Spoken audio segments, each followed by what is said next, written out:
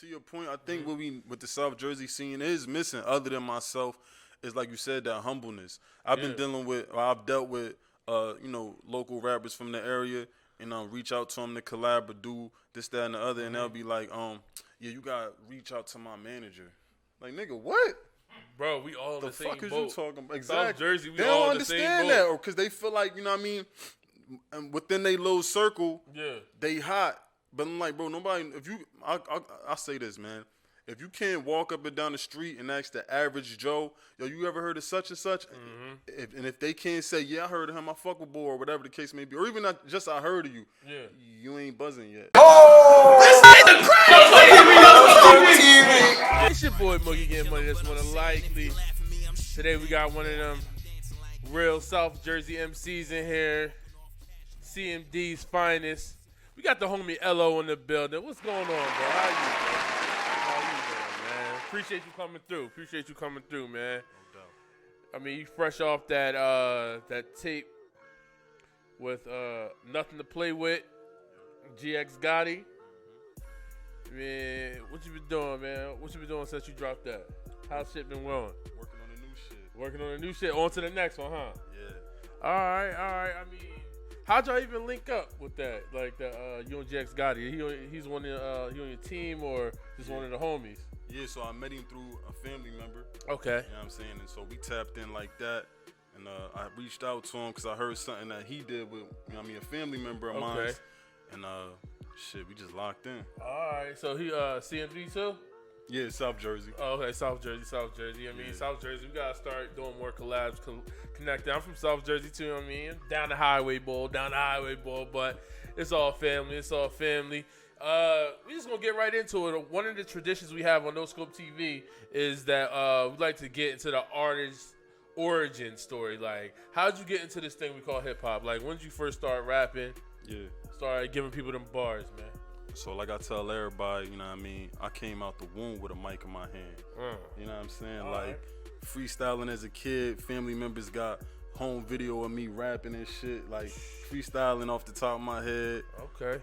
So it was just something I always did, man. Same way a bird fly or a fish swim. That's the same way I rap. All right, Oh, so you lit this shit. You lit this rap shit. Yeah. So like your first project, like when you finally get in that booth and really start giving it to him like? So I started recording in like 08, 09, like senior year of high school. Maybe I might have been a junior. Okay. Yeah, it was this little studio not far from the school I was going to. You went to the high or you went to Wilson?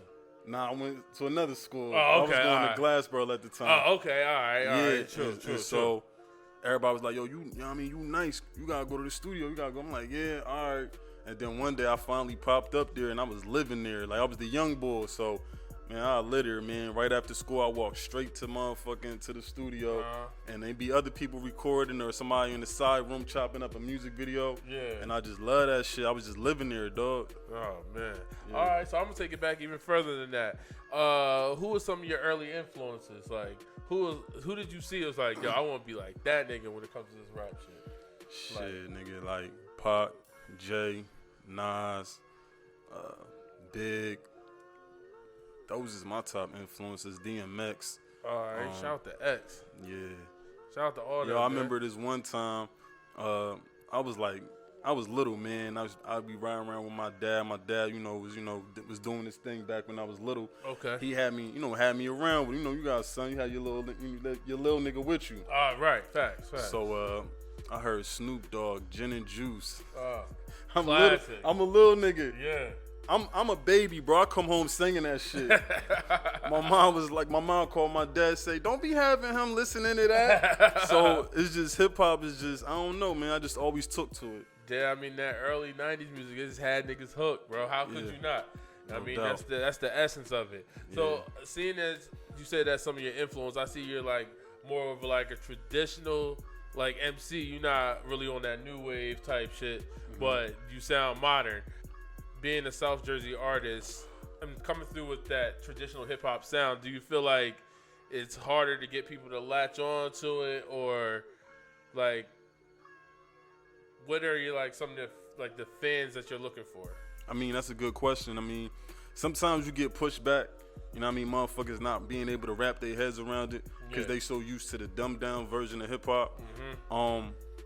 But for me, I like to give different sounds. Like if you heard the What They Want album, it's more lyrical.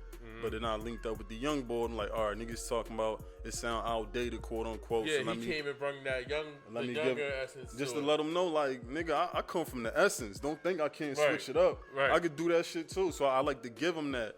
In certain projects, every project got a different sound and a different motive. Okay. You know what I mean, as to what I'm trying to do. All right. That was a good match right there. Shout out to that Nothing to Play With project. That shit is fire, bro. Thank you, bro. But speaking on that, what they want, that album, that the single, the No Doubt, that John, that's like. Well, that's on What They Want. Yeah, that's what I'm saying. Shout out to that, What They Want, John, because I'm fucking with the sample. The sample right off the bat had niggas hooked. Then you had Bring the Shorty in on the hook. Yeah. Yeah, I see where you was going. Like that, John. That's that essence right there. That hip hop. Thank you. That real hip hop. Exactly. Coming from South Jersey, what do you feel is like one of the hardest obstacles that you face, like in this music scene? Like, what is one of the hardest obstacles you face coming from South Jersey? Trying to get the looks, cause you can't be like, oh, I'm from Philly, oh, I'm from New York. So you come from South Jersey, it just give you that extra edge, that extra push, cause you know motherfuckers is like Jersey. Yeah. You know what I mean, a New York nigga gonna be like Jersey. They thinking Newark, fucking Orange. I mean, don't get it fucked up. Camden got the name and all that too. Yeah, right. But even still, you come to Philly, oh, I'm from Camden, it's like, you know what I mean? So you gotta really be hot. You gotta really be hot. You gotta really be about this shit to really establish yourself. Okay. What do you think separates you from them artists, like those other Jersey artists? I just feel like the fact that I'm really locked in to the culture from a ground roots level, like a grassroots level. Like I make records, I make sure I got hooks. I'm even stepping up my songwriting ability to where I'm adding bridges to my songs to make them full songs. Yeah. You know what I mean? So I feel like I separate myself from just being able to really tap in from a creative level and just my work ethic. I feel like is the way I separate myself as well. So you speaking on bridges and hooks. So you really working. What is your studio sessions like? Like, do you go in on a night and do like 6 to 7 joints, or you really hit the pen and the pad and like really pan that shit out? Like it take you like a while to do music. So when I was younger, like I was telling you, you know what I mean, as a young boy going to the studio, I would work like that. I would do mad songs. Now go in and like be laser focused on my one joint. And sometimes if I got a lot of things to get off my chest, like I know I got 2 or 3 songs I want to lay, I'll do that. But a lot of times I'll go in there and focus on, do like a 1 or 2 hour session, lay my song.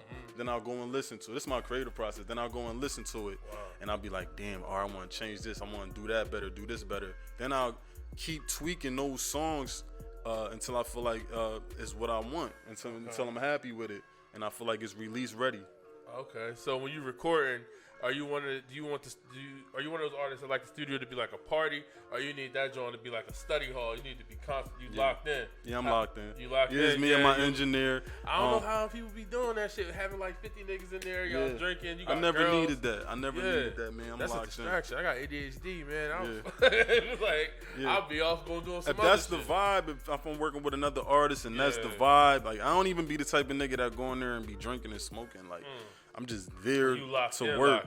Yeah, I mean, like I said, if I'm working with another artist and that's how he want to record or he like to record, then fuck it, we could do that too. But I'm usually just focused, laser focused. So I see. I mean, you up here, you messing with the homie Q right now. No doubt. You know what I mean, shout out to Q the Question. He in the building. Hottest marketing and promotion nigga in the city. 100%. I mean, you need it done, hit Q up, man. You try to get your shit right, hit Q up. But so you've been running around in the game. So you've been doing shows and all that, little industry events.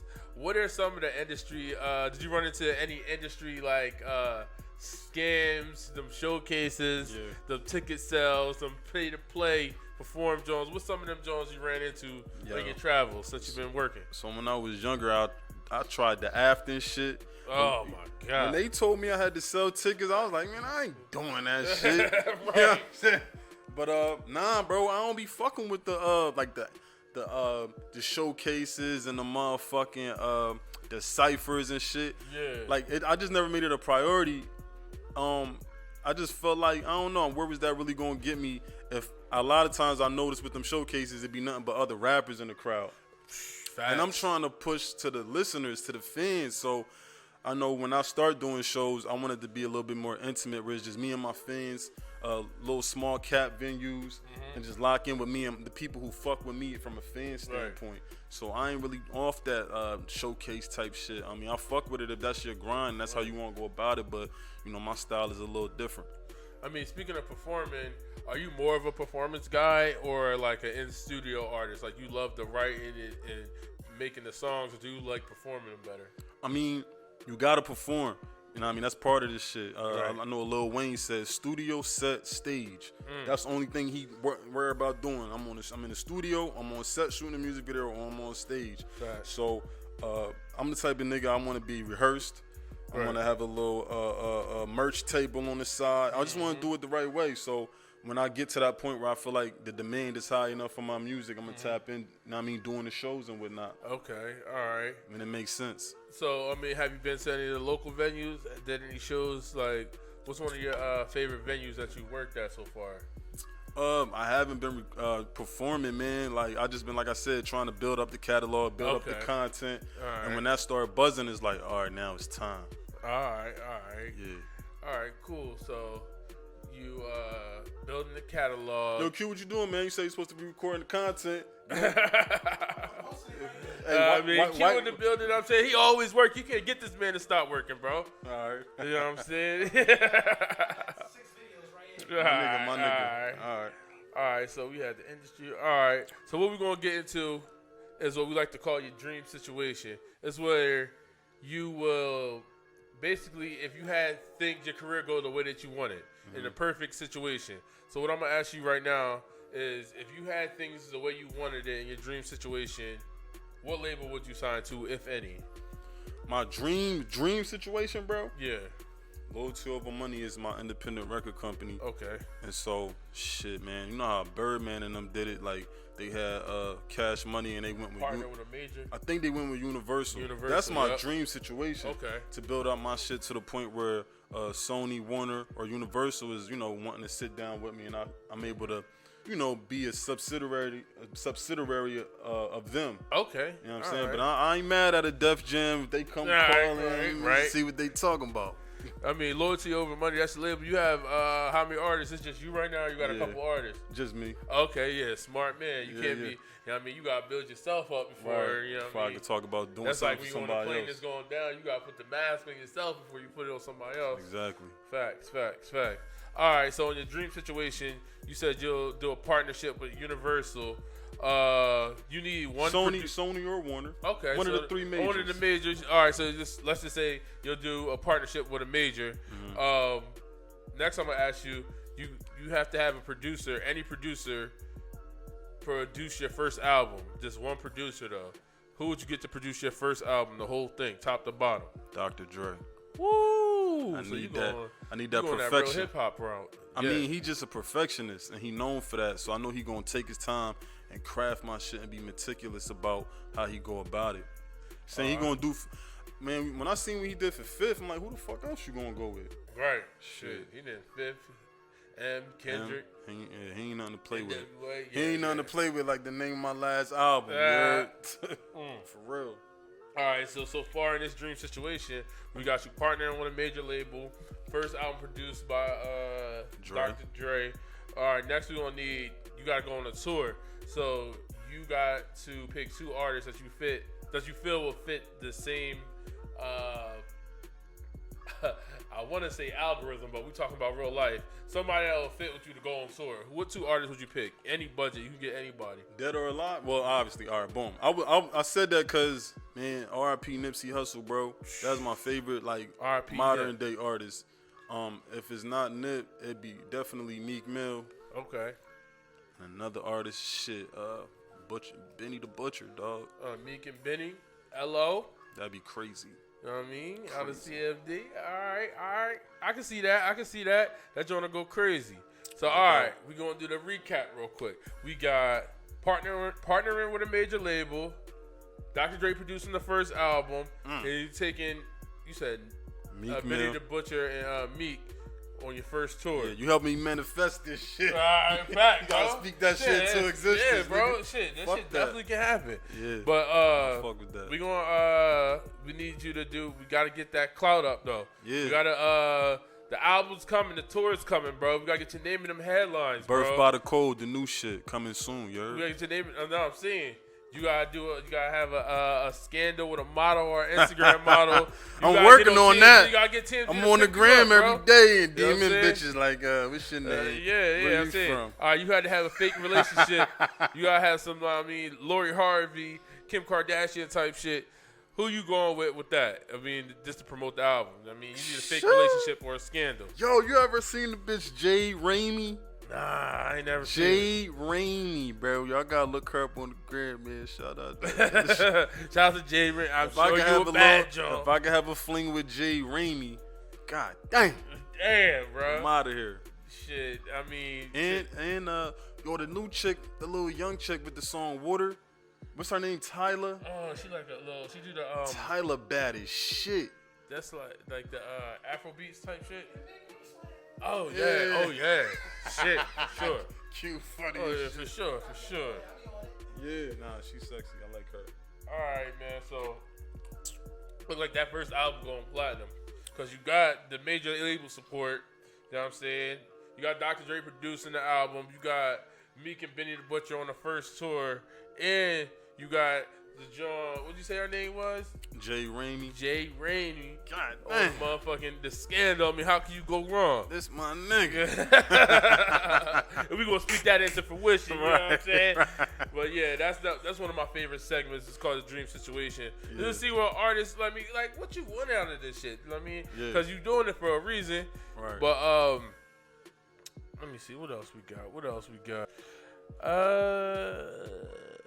What do you think the South Jersey music scene is missing? Me? I guess that's my next question. Like, how you think we can fix it? Like, Yeah, by getting me hot and getting my buzz up so I could represent. I mean, I can't disagree with that. Everybody should feel that way. You know what I mean? We all, I think it just needs to be more collaboration, bro. It needs to be like a joint where everybody can collab. Everything is spaced out. Yeah. Everybody on the same level and fight. Because Right, it's not really too many niggas that's like. You know what I hate, bro? To your point, I think what the South Jersey scene is missing, other than myself, is like you said, that humbleness. I've been I've dealt with, local rappers from the area, and reach out to them to collab or do this, that, and the other, and they'll be like, yeah, you gotta reach out to my manager. Like, nigga, what? Bro, we all in the same boat. The fuck is you talking about? Exactly. South Jersey, we they all don't in the same boat. understand that, or because they feel like, you know what I mean, and within their little circle, they hot. But I'm like, bro, nobody. If you, I say this, man. If you can't walk up and down the street and ask the average Joe, yo, you ever heard of such and such? Mm-hmm. If they can't say, yeah, I heard of him, I fuck with boy, or whatever the case may be, or even not just I heard of you, you ain't buzzing yet. Yeah. Because before Meek popped off, you could ask the average nigga in Philly or Jersey or Delaware, yo, you ever heard of Meek? Like, yeah, I know Meek. I just got done bumping the Flamers 2 joint. Yeah. You gotta have your buzz like that. Yeah, shit on Smash. Only nigga I can really say that even has some leeway is Mir Fontaine. Yeah. That's the only nigga that, Shout out to that nigga. Really, you know what I'm saying? Other than that, we all in the same boat as artists. But speaking of artistry, where do you see yourself going in the next 5 years? Like, what's your plan to take over Jersey for the next 5 years? The plan is to just keep building, man. Like, keep dropping quality music, putting out quality content, and just building myself and, building that budget up to put my money behind myself and, you know what I mean, taking over, man. Just consistently, working and grinding. Like, that's the only way. That's the 5-year plan. Keep working. Shit, man. That sounds dope to me, man. And, like, just let the people know where they can find you and all that shit. Like, yeah. So, first, matter of fact, I skipped the one thing. What do you got coming next? Like, what's next up? Like, next up is the new album, Birth by the Code. You know what I'm saying? Dropping at the top of the year. I'm trying to drop it January 1st for the new year. You know what I mean? New Year's Day. But if not, definitely within that first 3 months of the year, of the new year. You know what I mean? So that's where I'm at right now. I'm locked in on album mode. Album mode. Ain't nothing like it, man. Do you got any artists or anybody that you're working with right now on that? Not necessarily nobody specific. Just dealing with different producers, you know what I mean, that I found, through my resources.